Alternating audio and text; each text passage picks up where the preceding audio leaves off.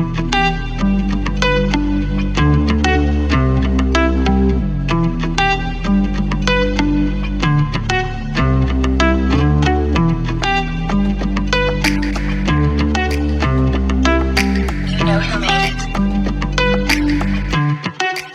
you ever done anything like this before? Nope. Nervous? Yes, very. Everyone's nervous. It's not that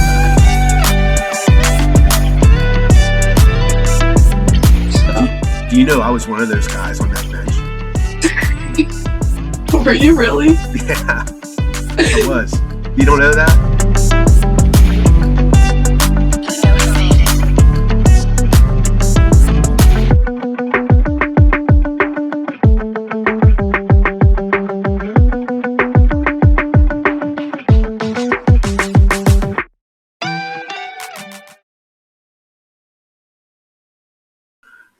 Welcome to the Small Ball Podcast. My name's Bill Littler, the host, and joining me today is Chloe Nale. She's a senior from Hopewell. How you doing, Chloe? I'm doing good. How are you? I'm doing good. Thanks for doing this. This is pretty exciting. You'll be the second girl I interviewed Hopewell from Hopewell. I did Maya earlier, so it's cool talking to you girls and seeing how things are going and all that good stuff. So, all you girls started softball at some point in your early days, and I'm just curious to learn more about how that all started for you. So, how'd you get into softball, and where did you grow that passion for it? When I was younger, my dad played in like this men's league softball, like league or whatever, and I was always in the dugout with all the people and stuff like that. I always wanted to play, but at the time I was like 2 or 3. Like I couldn't. Well, eventually he got me into it, and it kind of just stuck. So. Do you know I was one of those guys on that bench? Were you really? Yeah, I was. You don't know that? No, I don't. Do you remember him playing on the co-ed team? Yes, I do. Yeah, that's the team I was on. Yeah, I was always in the dugout spinning on the poles. Yeah. And I remember him always yelling at you guys because you guys would get dirty or you're playing in the dirt, you and your brother. Yes. Yep. That's awesome. So that's where you started it. So you watched your dad and grew interested in it. Yeah. Now, when you're younger, growing up, you usually get idols or people who inspire you to play. Who would that be for you? I would say my dad inspired me to play. Like, just hearing all the stories about him growing up and playing and just learning so much about the game from him kind of inspired me. Okay. So you don't have any, like, softball players that you I grew up watching, like, Florida Gators play and then, like, Oklahoma. And then I went to the World Series in, like, 2019. And just seeing that, and just seeing that, like, really, like, inspired me. Yeah, that's awesome. Was that in Oklahoma that you saw? Yeah, that was in Oklahoma City. Yeah, that would have been really cool. It was amazing. Yeah. Talking a little bit more throughout your entire career up to this point, did you have any setbacks or any kind of challenges that you had to overcome? I would say my attitude was my biggest one. Everybody in Beaver County knows how bad my attitude was when I was younger, and I would definitely say that was the hardest thing to overcome. And I think I overcame it, like when I started working with like the high school coach, Rhonda. Yeah. She, in 7th grade, she met me in Maya when we were in 7th, and she like really worked with us. And that's how I think Maya grew so much as a pitcher. And me as like, she worked with my attitude. She didn't ever like put me down or punish me in any way. She was like, help me through the process. So, you know where you got that attitude from, right? Yeah, my dad. Through and through, that's my dad. When we played together, he would get so mad if he did something bad, like made an error or struck out or something. Well, I guess he didn't strike out very much in slow pitch, but a bad hit or something. So yeah, but that's good. I mean, and I mean, what you have isn't really a bad thing. Is you're just passionate about the game and you want to do the best you can, but you have to learn how to control that because that negativity can actually impact how you play and stuff. So, and it really did. It got to the point where it was like coaches had no choice but to like sit me during games because I was throwing stuff, saying things I shouldn't have been saying. Yeah. So they would like pull me and talk to me about it. But that's good. That's good that you recognized it, you understood, and you worked hard to improve that. So good for you. Yeah, it was definitely a process, but I couldn't have done it without Rhonda. All right, so the next thing is let's talk a little bit about softball. So can you share some of the highlights or memorable moments that you have throughout your career? I would say one of the ones I remember the most when I was younger was like Hopewell always making it to like the championship. And like the one year we played CV and like just like winning like the championships when we were younger felt good and gave us the confidence we needed going into like junior high and high school. And since like the core group of like me, Maya, and Ava have stuck together throughout all that, it's like a good thing to look back on. Yeah. But then once we get into like high school and stuff, I would say freshman year hitting like my first home run out of Hopewell's field, which was like it's 248 where I hit it over. So that was like a big thing for me freshman year. Yeah, that's a shot. Yeah, and then definitely winning section last year. Mm-hmm. That was huge for Hopewell. Yeah, that was a big thing that CV and you guys and who was it? Mohawk, I think, shared it. Yeah. And I told Maya this. I think if she didn't get hurt, you guys probably would have won. Oh, 100%. Because once she got hurt, like our energy level was just down for the rest of the season. Yeah. Like when she came back, like it kind of like got back up, but like we were always so scared that something else was going to happen. But she was never really back 100%. Yeah, she didn't sit out long enough, I would say. Yeah. Like I know it was always when you guys played CV the second time, it was not the same. She wasn't. Yeah, you can tell she wasn't herself. No. Okay, so let's get into your senior season. So, I know everyone's excited about your being a senior and all that. It's all cool for everybody. And what's cool is that you're kind of a leader. And I kind of want to ask you a couple questions about that because I see you do some things at the field that I'm interested in. But can you describe your team's dynamics and how you are kind of like behind the scenes with teammates and everybody? I would say we all get along very well. We're all real close. Like most teams have like their cliques, and I'm not saying we don't, but like we include everybody and we do a lot of team bonding together.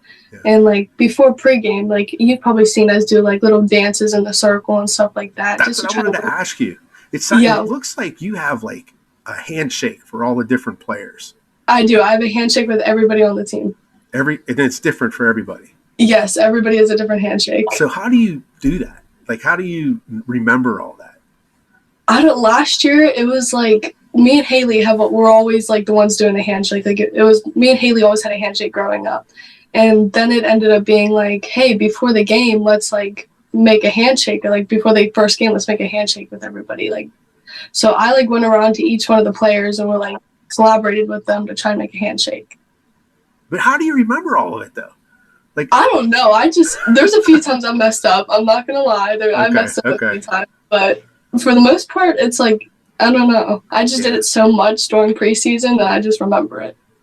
And that's the little things like that. I don't think people outside of the game in any sport realize that when you do stuff like that, it kind of pulls everyone together in a way. That a lot of teams miss that. I know from Macy's team when she was a senior, there was divide and fractions on that team. That divide really it puts a lot of stress on the team. If you're not there together, pushing each other, helping each other, supporting each other. So that's cool that you do that. And I would say like at practice and stuff, we all like support each other. Like our practices are never quiet. We're real loud. Like we cheer everybody on. We like. Especially the upperclassmen this year, we really pushed to help the underclassmen. Yeah, and that's that's it's about, setting up a culture like that, because the culture that you set as seniors, you're teaching the underclassmen how to do the same thing, and you pass that on, and that's like that's how you create a successful program, not just a good team. There's a big difference there. So good for you guys. Do you play any other sports? Or are you strictly softball? Strictly softball. Okay. Of course, when you do softball, you're doing it all year, right? Yeah. You don't let up. So how, in the off season, how do you stay motivated and maintain your passion to develop through the off season? I would never say like I ever lose the passion for the game. Like, I love the game a lot, and I'm always pushing to be better and pushing to like be the best. So I don't think the passion really goes away, and I don't think it's hard to keep the passion. But yeah, like I'm always outside hitting or lifting or doing something to help me succeed. Yeah. What kind of off-season training or preparation do you do to get ready for the season? With the high school team in general, we do like lifting twice a week, and we have practice 3-4 times a week.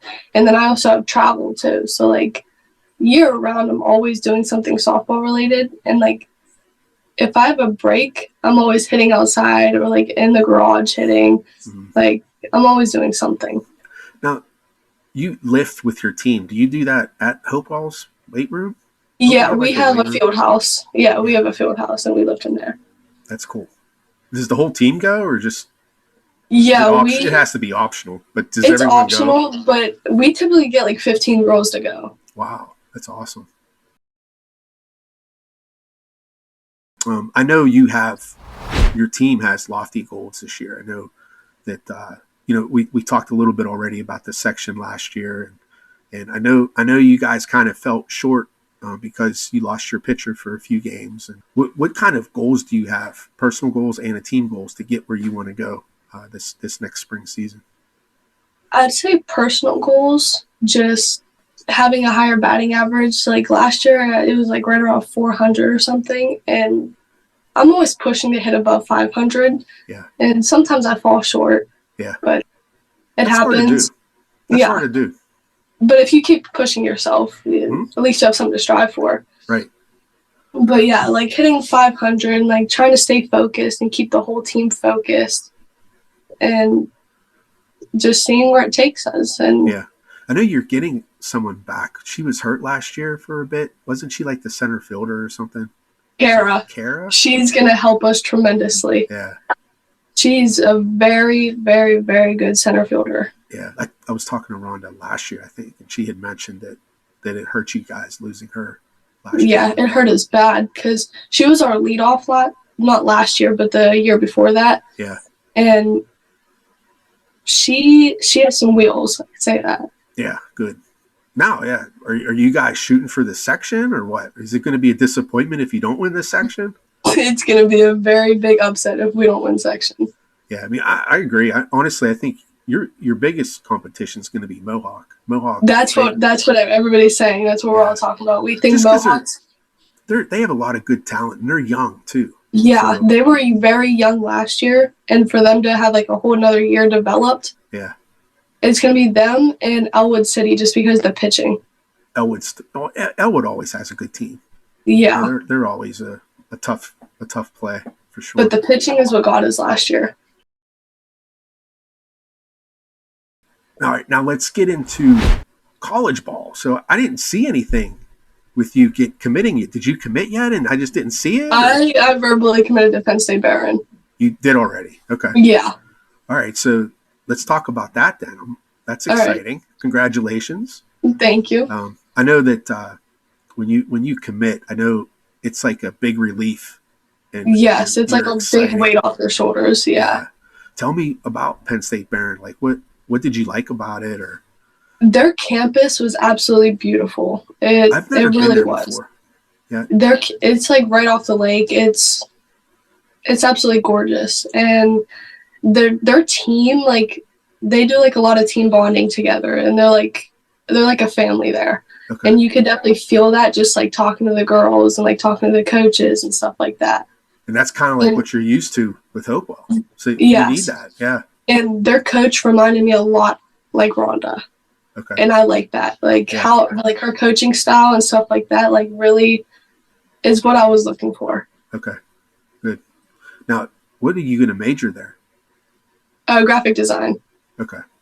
So graphic design, huh? Yeah. That's cool. What do you want to do when you get that? Be a graphic designer. But what is that? Like, do you just draw pictures, or I don't know what that is. No, like when companies have to make like either like logos or like things for billboards and stuff like that. Well, graphic designers are the ones who design it. So you guys, okay, all right, that sounds cool. I guess I'm a graphic designer with some of the stuff I do. Yeah, you kind of are. Yeah, see that? I didn't even know that. You're like a part-time graphic designer. Yeah, how about that? Hopefully you get paid more than I do.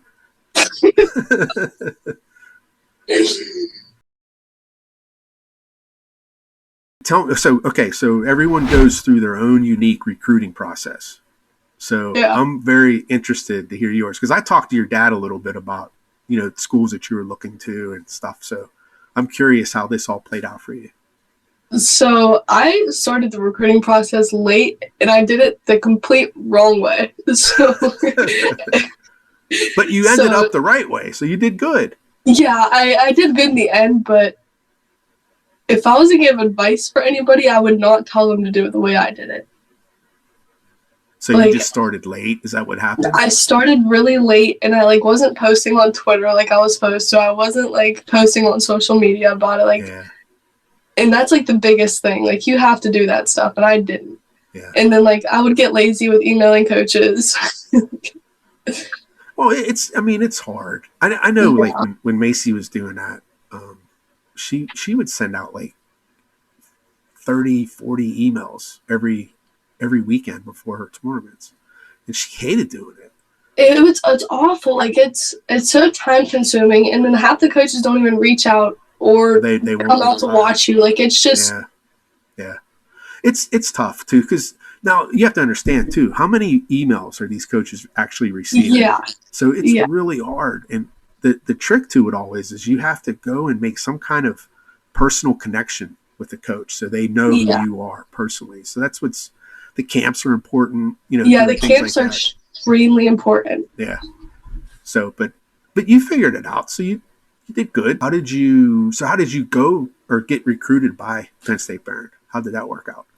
Right before I went to one of the camps up at Mercyhurst, I got the list of all the schools that were going to be there, and I did exactly what you just said Macy used to. I emailed all the coaches that were going to be at the camp, and I went there, and she was one of the ones that responded back. So she was like, stay after the camp and talk to me. So I stayed after and talked to her, and then she was like, let's have you come visit the campus and everything. And I came and visited, and then she came to some of my tournaments, her and her other coaches, throughout the fall. And then she called me after one of my tournaments and made an offer. And then a couple weeks went by, and I was like, yeah, I think that's the school that I want to go to. That's cool. Don't think you did anything wrong with what you did. Everyone has a different path to get where they want. And what's most important is that you get there, and you're going to have ups and downs. Even when you go to college, things are going to go. You're going to have good days, you're going to have bad days, you're going to have good games, you're going to have bad games. You just got to figure it out and navigate through that path the best you can, and everything will work out in the end. Yeah, hopefully. Oh, it will. It will. The most important thing, and I know what you're going to say about this, is who do you want to thank for everyone who supported you throughout this entire process, for you getting through youth and through high school and committed to college? Who would you like to thank? I would definitely like to thank my parents for putting up with me and dragging me around to all these different states to go to all these different tournaments and paying the thousands of dollars for travel ball and all the new bats and the equipment and everything like that. And then a lot of my coaches. I have two specific coaches that really helped me throughout it. And I'd say it would be Coach Rhonda and my travel coach now, which is Coach Bill. Okay. Who are you playing for now? Passion. Passion. You played there last year, didn't you? Yeah. How many years have you played with them? This is going to be my second year. Coach Bill, what's his last name? Cuban. Cuban. I know Cuban. Leah Cuban. That's his daughter from Avonlea. Yeah. Well, he used to play, or he used to coach, was it River City, I think? No. Venom. Yes. Venom. Riot. River or City was it Venom Riot? Or something? Maybe it was Riot. It was one of those teams. Yeah, I don't know what it was. When Macy played, you guys were always a year behind us, but I always remember seeing Cuban because he had decent teams. So that's cool. Yeah. He puts together a very well-rounded team. I'd say that. Good. His practices are good. Yeah, and we have a lot of fun there too. Like he doesn't with all of us being this is might be one of our last years playing travel. He makes it fun for us. It's not just dreadful. It's not hard, I would say. It's just having fun. Yeah.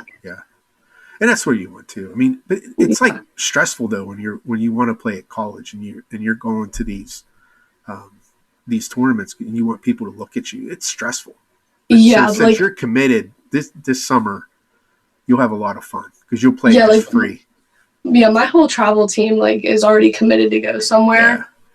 So he's there's no point in getting in these big tournaments. But last year we went to Aunt Rosie's in New York. Oh yeah. And all these recruit fests and all this stuff. We were going to big tournaments last year. Those are fun though. Yeah, they are really fun because you get to sit in hotels. Huh? You play against good teams. Yeah, you play against real good teams from all over the place. Yeah. All right, so there's one last question I'm going to ask you. So, and you kind of talked a little bit about this already, but let's dive deeper into it. What advice would you give girls that are younger that are looking to play at the college level? What advice would you give them? I would say definitely don't post anything on social media that you wouldn't want future college coaches to see. And post on Twitter, post on Instagram, post on anything you can to get your name out there. Email coaches a lot. Don't just email them once and if they don't respond, keep emailing, and go to camps. Those are huge. Yeah, camps are important for sure. Okay. And make sure you're using something personal when you address them. Don't just say coach because you just want to email a whole bunch of coaches at once. Actually put their name in the email. That's actually a good point. You want to personalize it. What we did with Macy was we kind of put an email together that could be used over and over again. Yeah, we used a template and then just changed the school name and the coach's name and and she would always personalize. The first paragraph, she would say something that was personal to them. And then the rest of it was just a template. So, yeah, that's a good advice for sure. So good luck this year. I'll be definitely be streaming some of your games. I don't know exactly how many right now. I got to kind of dodge around Macy's schedule, so hopefully I can catch a couple games. All right, so hey, thanks for doing this, and best of luck in the season. And if I don't talk to you at some point, good luck at Penn State Barron. All right, thank you. All right, we'll talk to you later. All right, thank you for having me. I said hi. All right. All right, bye. See ya.